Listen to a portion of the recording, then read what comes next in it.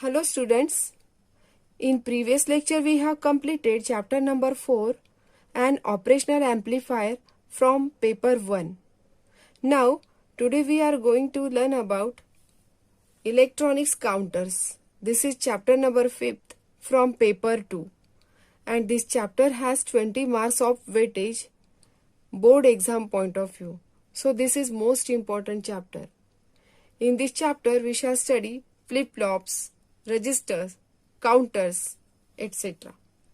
So, before studying these different topics, let us discuss about combinational logic circuits and sequential logic circuit. When we are comparing both these combinational and sequential logic circuit, one important point we have to discuss here. In combinational logic circuit, these are the logic circuit obtained by using logic gate in which the output at any instant depend on the combination of all input present at that instant only.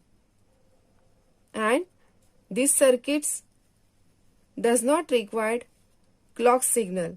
So there is no memory in these circuits. And we know the examples of combinational logic circuit like multiplexer, demultiplexer, encoders and decoders. But in this chapter we have to discuss sequential logic circuit. So students, what do you mean by sequential logic circuits?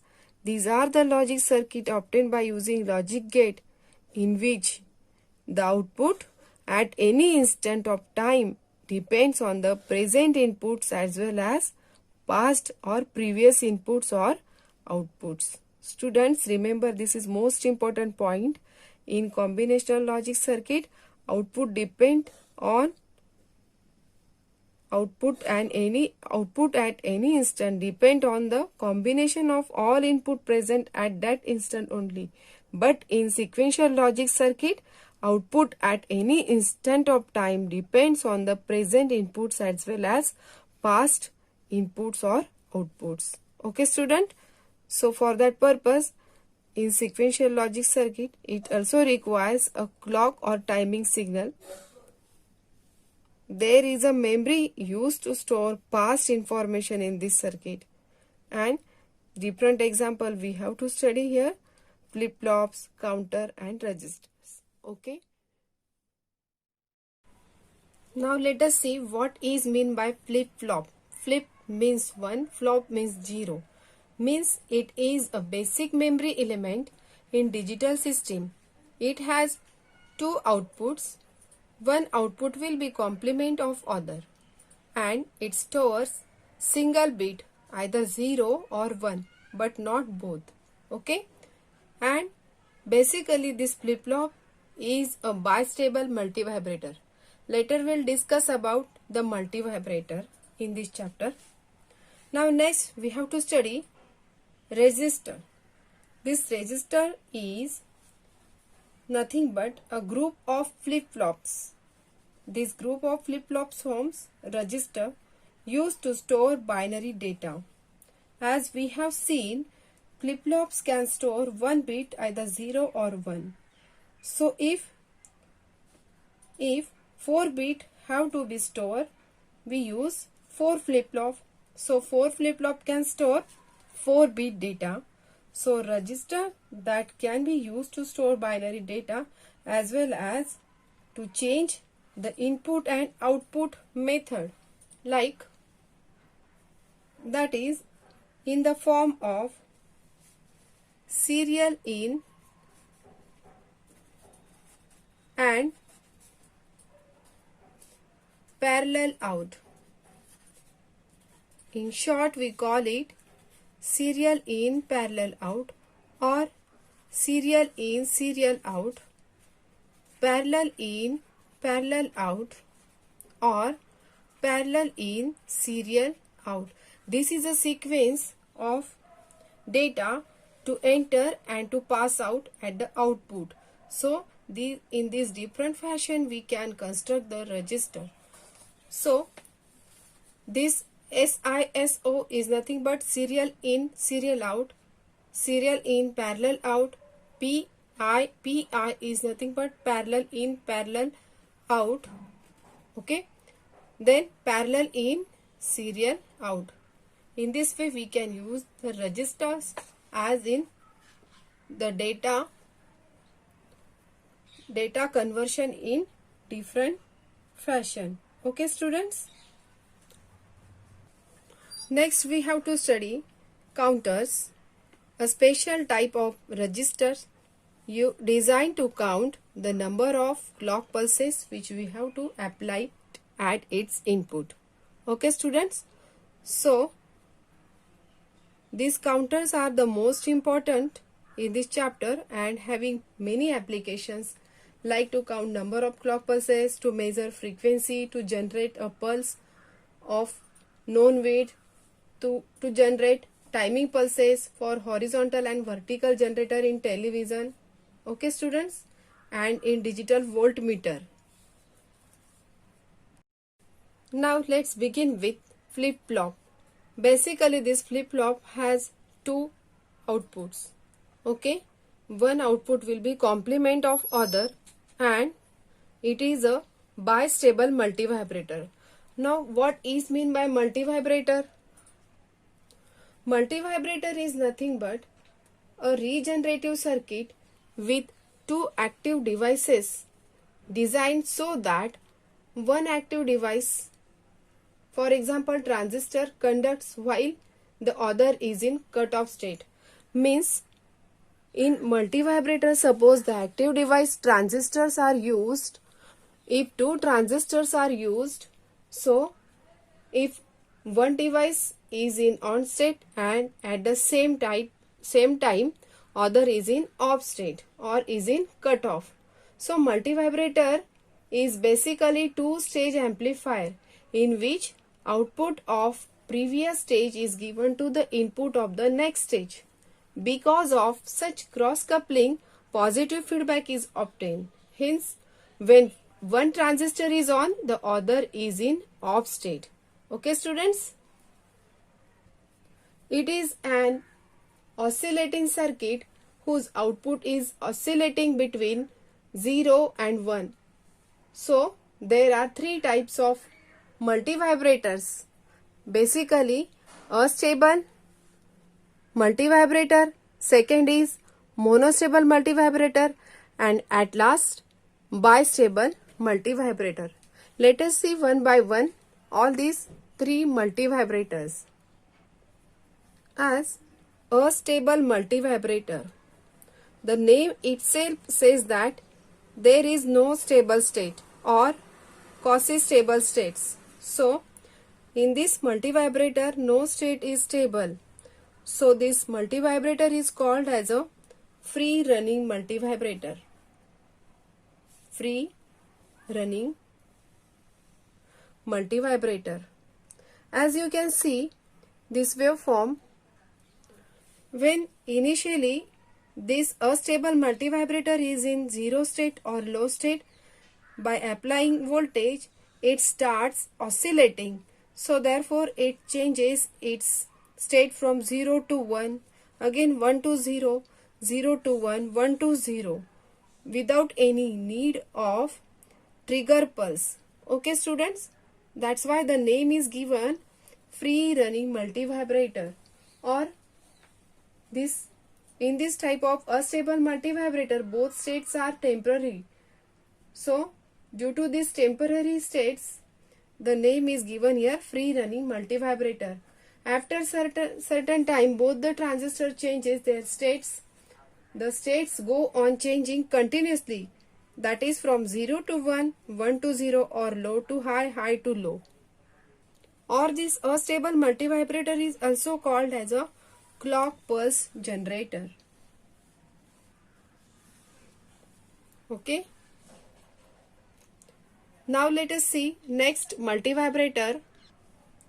As no trigger pulse is required, this unstable multivibrator changes its output continuously from 0 to 1, 1 to 0. So we can say that the output of this unstable multivibrator oscillating between low to high, high to low. Okay students?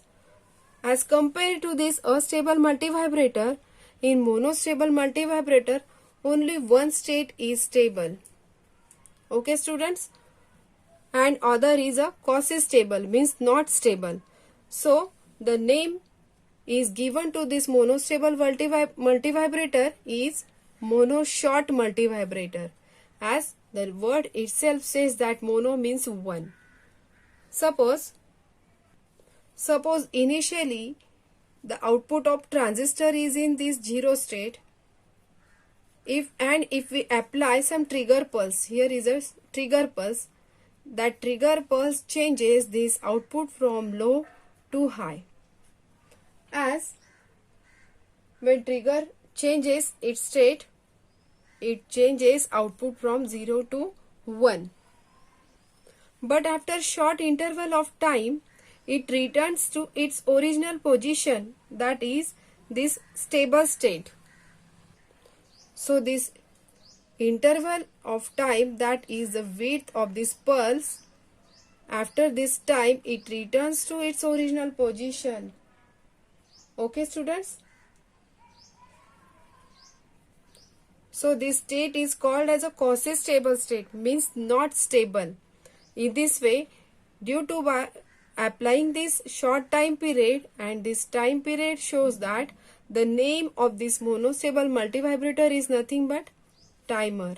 Okay, why the name timer is given to this monostable multivibrator? Because it specifies the time, or in monostable multivibrator it changes its output or its state for a specific time period. That time period shown here, width of the pulse, and that pulse is nothing but quasi-stable. In this monostable multivibrator, one trigger pulse is required to change its state. As compared to a stable multivibrator, in a stable multivibrator no pulse is required, but here in monostable multivibrator single pulse is required to change its state from stable to unstable. Okay students? And after some time interval it returns to its original position. Such applications are used in a timer circuit or on-off switch. Okay students? Now this is a third type of multivibrator, bistable multivibrator. In this bistable multivibrator, bi means two. The word shows there are two stable states. So its application is nothing but flip-flop. Flip means 1 and flop means 0. Okay students? In this way the name is given here bistable multivibrator, and that's why previously we have written here the sentence flip-flop, it is a bistable multivibrator. That's why due to this bi means both states are stable, so the name is given here flip-flop. Okay, suppose initially this is a stable state. If we apply a trigger pulse to the transistor, then it changes its state from low to high, and as this goes into the high state, okay, as it goes into the high state, as it is in high state, it remains indefinitely in the state till the next trigger pulse is applied. Means it requires one more trigger pulse, See here, trigger pulse. If we apply one more trigger pulse, then it changes its state from high to low. Okay students? Or we can say that unless if this output of the flip-flop is in high state, unless until we apply another trigger to change its state, it will not comes to the low state. Hence we can say that transistor returns to its original state only when another trigger pulse is given. So bistable multivibrator is also known as a flip-flop. Bistable multivibrator is used as a memory element or frequency divider. As this bistable multivibrator requires for every change, it takes a separate trigger. So in this way, we can easily compare all the multivibrators As a stable multivibrator, there is no stable state. In monostable, only one state is stable, while in bistable, both the states are stable. Okay, students? As a stable multivibrator does not require any trigger pulse, but monostable multivibrator requires one trigger pulse to change its state and again come to its original position after this quasi-stable state. So, the name is given here timer circuit. While a stable multivibrator is called as a free running multivibrator or clock pulse generator. But in case of bistable multivibrator, it requires separate trigger for every change. Okay, students? And bistable multivibrator is nothing but flip-flop. Okay, students? Now, this bistable multivibrator circuit is used as a memory element, or it can be used as a 1-bit memory cell. Let us see how it can be. Means this bistable multivibrator can be used as a 1-bit memory cell which has two outputs or two stable state, either 0 and 1. One is complement of the other. Okay, students? Now let us see 1-bit memory cell. This 1-bit memory cell consists of NAND gate. If it is a 1-input NAND gate, then we know that if this NAND gate is a single input NAND gate, as it is a not using NAND. Okay, students? So remember this. If this is one input, suppose this is a input to this NAND gate 1 and this is another input to NAND gate first and second. Okay, students? And inputs A1 and A2 are applied to this and NAND gates, and output of the previous NAND gate is given to the input of the second NAND gate, and output of this second NAND gate is given to the input of this first NAND gate. In this way, this is a 1-bit memory cell. It has two outputs. One is a Q and another is a Q complement. A memory element is some medium in which 1-bit information 0 or 1 can be stored until necessary and its contents can be replaced by a new value. Okay, student? In this memory cell, it consists of these two NAND gates, this gate first and gate second, which are used as inverter, as I have explained here. The output of this first NAND gate is given to the input of this second NAND gate, while output of the second NAND gate is given to the input of the first NAND gate. When suppose power is switched on and output, suppose this is a Q equals to 1. As we have to only predict, when power is switched on, the circuit switches to one of the stable state, either 0 or 1. And it is not possible to predict this state. Let us assume this Q, that is output of first NAND gate, is equal to 1 or 0, whatever. Suppose this is a 0. Okay, students? And that output is given to the second NAND gate. If this 0 is given to the second NAND gate and this is a NOT gate, not using NAND gate, so output will be 1. Okay, student? If Q is equal to 0, this Q complement is equal to 1. This makes, again, input, that is A1, 1 and q is equal to 0, and that confirms our assumption. Similarly, it can be shown that if q is equal to 1, if suppose q is equal to 1, that is given to the lower NAND gate, that is input A2 is equal to 1, and this A2 is equal to 1, obviously this is a NOT gate like this, then this will give q complement is equal to 0, means if q is equal to 1, q complement is equal to 0, and if q is equal to 0, q complement is equal to 1.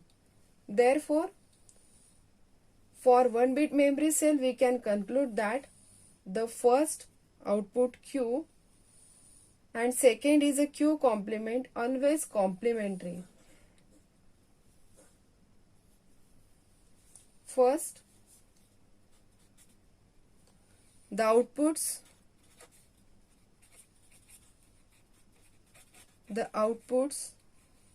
q and q complement are always complementary.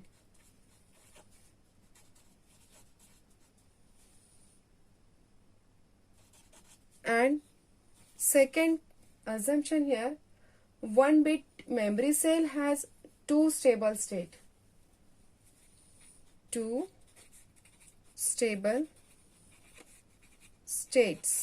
Okay, students?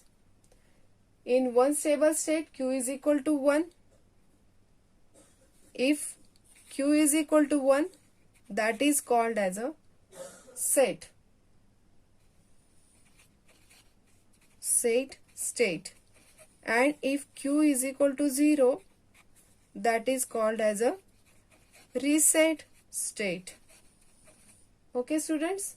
So remember that if q is equal to 1, this is called as a set state.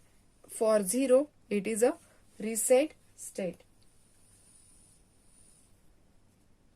If the circuit is in particular state, either 0 or 1, it continues to remain in that state. This property is called as a memory. Okay? Therefore, it can store 1 bit of digital information. Store 1 bit. Bit is nothing but one binary digit of digital information. Then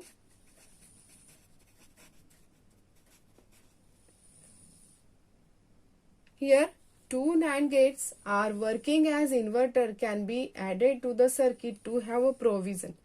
Because if you observe carefully, we have to only consider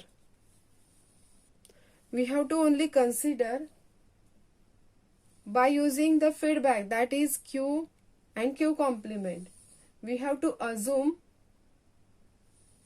only 0 or 1, but no external input is provided here for data entry provision in 1 bit memory cell.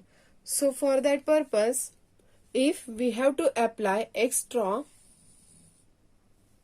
input, therefore for data entry provision in 1 bit memory cell, we'll draw the diagram like this.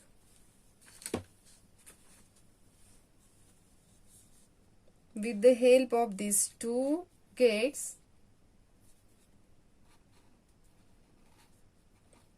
two NAND gate and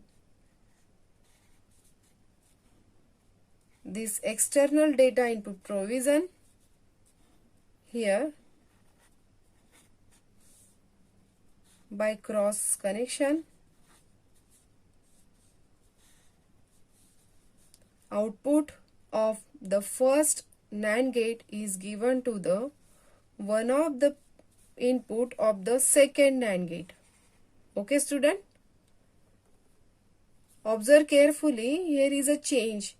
For extra input, that is extra data entry provision, we have to apply this output of NAND gate as the one of the input to this first NAND gate, and second input to this first NAND gate is given to the output of the second NAND gate. Okay student, so this is a Q output and this is Q complement. Okay students, in this way this is the bistable multivibrator with data entry provision in 1-bit memory cell. So we can say that this is the provision here. Two NAND gates working as inverter can be added to this circuit to have a provision for entering data in form of S and R. Okay students, these are the S and R inputs. So therefore the memory cell can be set or reset after applying some input voltage. Okay students, now let us see concept of clock signal. We have to use this clock signal for the operation or working of the flip-flop in next some topics. Okay students, so for that purpose we have to understand the concept of clock signal. In digital system, the system clock is the basic timing unit. The system clock is a device which generates a periodic train of clock pulses, that is continuous train of clock pulses. Basically there are two types, symmetrical and asymmetrical. Now what is meant by symmetrical clock and asymmetrical clock and why they are used here? You can see this is a continuous train of square waves or clock pulse. This is symmetrical. This is symmetrical. Okay student, why this is called as a symmetrical? Because this high and low time shows same width. Therefore this is called as symmetrical. And here asymmetrical,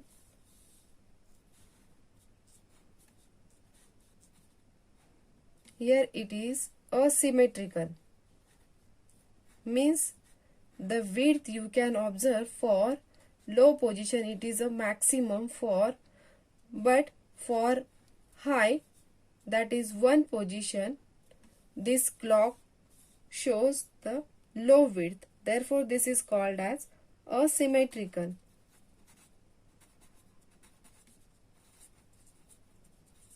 Or symmetrical.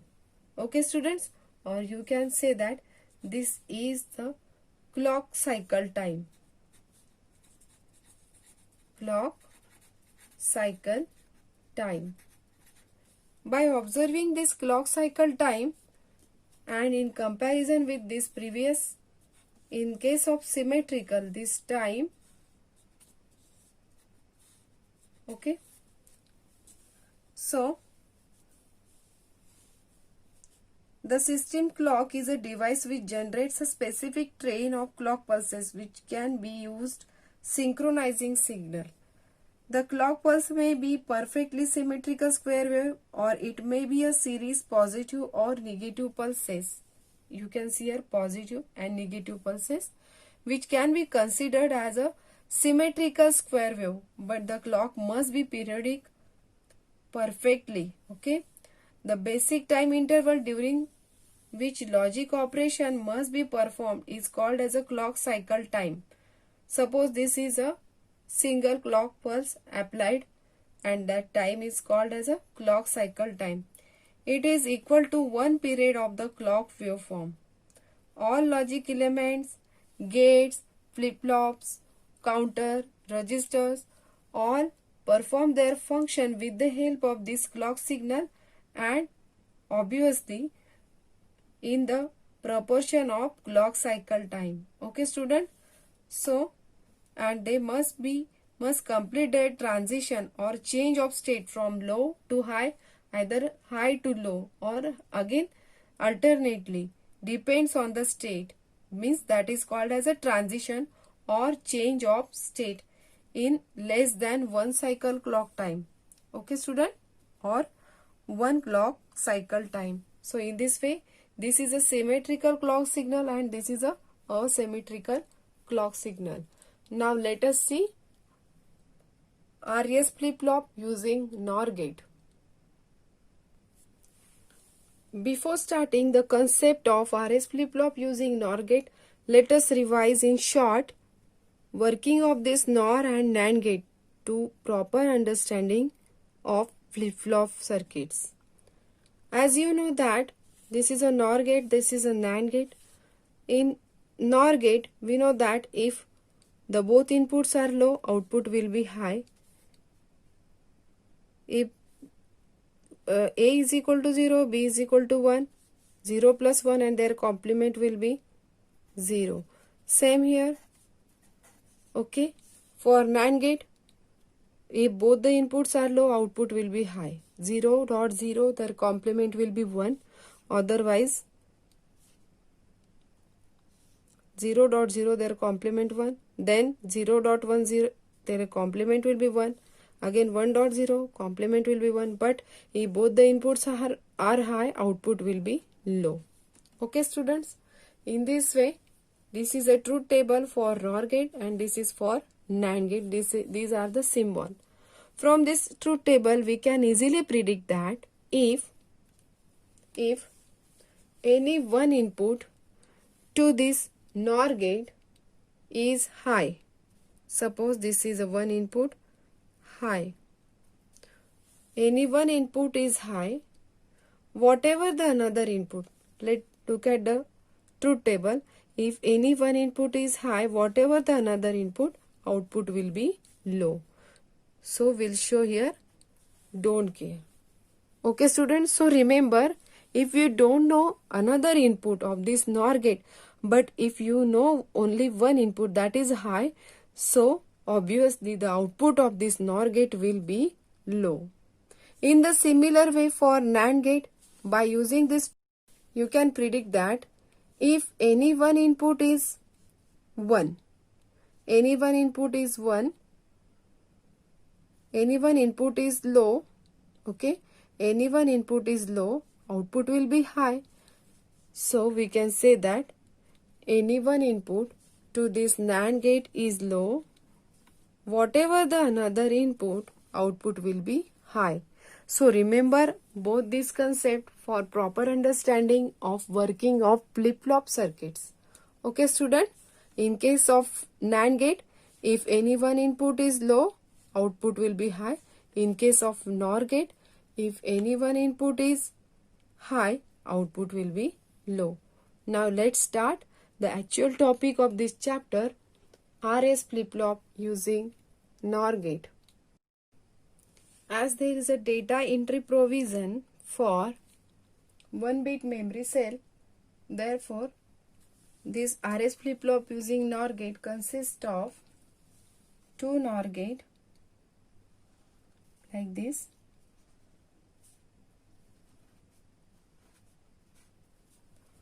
This is second NOR gate.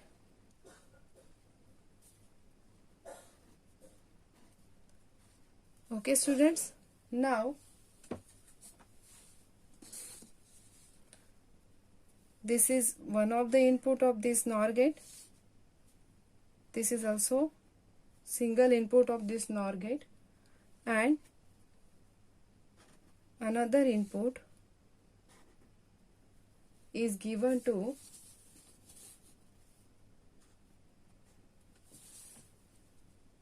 here. Output of this first NOR gate is given to the input of this second NOR gate. Suppose this is first and second NOR gate. In this way, this is a diagram of RS flip-flop using NOR gate. Okay student, it has output Q while this is Q complement. This flip-flop is also called as a latch circuit or latch lock. Means it has output Q 0, at the same time this Q complement is equal to 1. Okay. Now the truth table of flip-flop. Now consider this truth table. R is equal to 0, 0, 0, 1, 1, 0, 1, 1. All these are possible combination because as two variables are there, therefore four possible cases. Consider case 1. As we know that R is the input to this first upper NOR gate while S is the input to the lower NOR gate, and Q is the complement of upper NOR gate while Q complement is the output of second or lower NOR gate, and both these are cross coupled, means output of the previous first NOR gate is given to the one of the input of lower NOR gate, and this output of the second NOR gate is given to the one of the input of first NOR gate. By applying these inputs, R is equal to 0, S is equal to 0 for this case 1, there is a no change in the circuit output. No change. Okay, student? Because as we know that if one of the input of this NOR gate is high, output will be low. But we don't know when the one input is high, whatever the another input, what will be the output. So, there is a no change in the circuit. Okay, students? The output remains in the last state, or output remains in the last state. The output of NOR gate is low when at least we have to know one of its input is high. Okay, student? Now consider case 2. Consider this case 2. When R is equal to 0, S is equal to 1. When R is equal to 0, S is equal to 1. As we know that any one input is high, output will be low. Okay, student? If R is equal to 0, S is equal to 1, the lower NOR gate provides this lower NOR gate output will be low. Means Q is equal to 0. As this Q complement is equal to 0, and as this Q complement is one of the input of this upper NOR gate, that is nothing but 0. Therefore, when this Q complement 0 is applied to one of the input of this upper NOR gate, both the inputs to this upper NOR gates are now 0, 0. Therefore, both inputs are 0, output will be high. So, for this case, when R is equal to 0, S is equal to 0, then Q is equal to 1 and Q complement is equal to 0. Okay, student? Here, Q is equal to 1 and Q complement is equal to 0. Now, case 2, for case 3, consider R is equal to 1, S is equal to 0. R is equal to 1. Now this R is equal to 1, S is equal to 0. As we know that R is equal to 1, this is the one of the input of this first NOR gate, the output will be 0. As this Q is equal to 0, this is applied to the lower NOR gate 2. Therefore, this output is 0. Both the inputs are 0. Then output Q complement will be 1. Means we can say that if R is equal to 1, S is equal to 0, then Q is equal to 0 and Q complement is equal to 1. Here Q is equal to 0, Q complement is equal to 1. Okay, students? I repeat again this second case. When R is equal to 1, S is equal to 0, any one input is high, output will be low, and that low is applied to the lower NOR gate. This is one of the input of this lower NOR gate that is given from output of upper NOR gate. Therefore, both the inputs are 0, 0 for this case second, as S is equal to 0. So both the inputs are 0. As both the inputs are 0, output will be high. In this way, Q complement is equal to high. Okay, Q is equal to 0, Q complement is equal to high, or Q bar is equal to high. Now, the most important case This is case 4. When R is equal to 1, S is equal to 1. This is most important case. When R is equal to 1, S is equal to 1, and we know that if any one input is high, output will be low. If any one input is high, whatever the another input, output will be low. Means, according to the disabled state of NOR gate, both the gates are disabled. But practically there is a race between these two NOR gates. In this situation, we cannot determine the output state. It may be set or reset. Hence, this unpredictable state is known as a race, or this is called as a forbidden state. Forbidden state, or practically there is a race between the outputs. Okay students, I repeat again. As we know that if any one input is high, output will be low. This is called as a, what we call it? This is called as a disabled state for NOR gate. So by applying both the inputs are high, both the outputs are trying to become low. So practically this is not possible, or we can say that there is a race between these outputs, or this condition is called as a forbidden state. Okay students, so in this way, when both the inputs are high, this condition for RS flip-flop using NOR gate is called as a race condition for R and S both are high. Okay students, so remember this. This is most important point. Now finally we have completed RS flip-flop using NOR gate. In next lecture we'll see RS flip-flop using NAND gate. Thank you.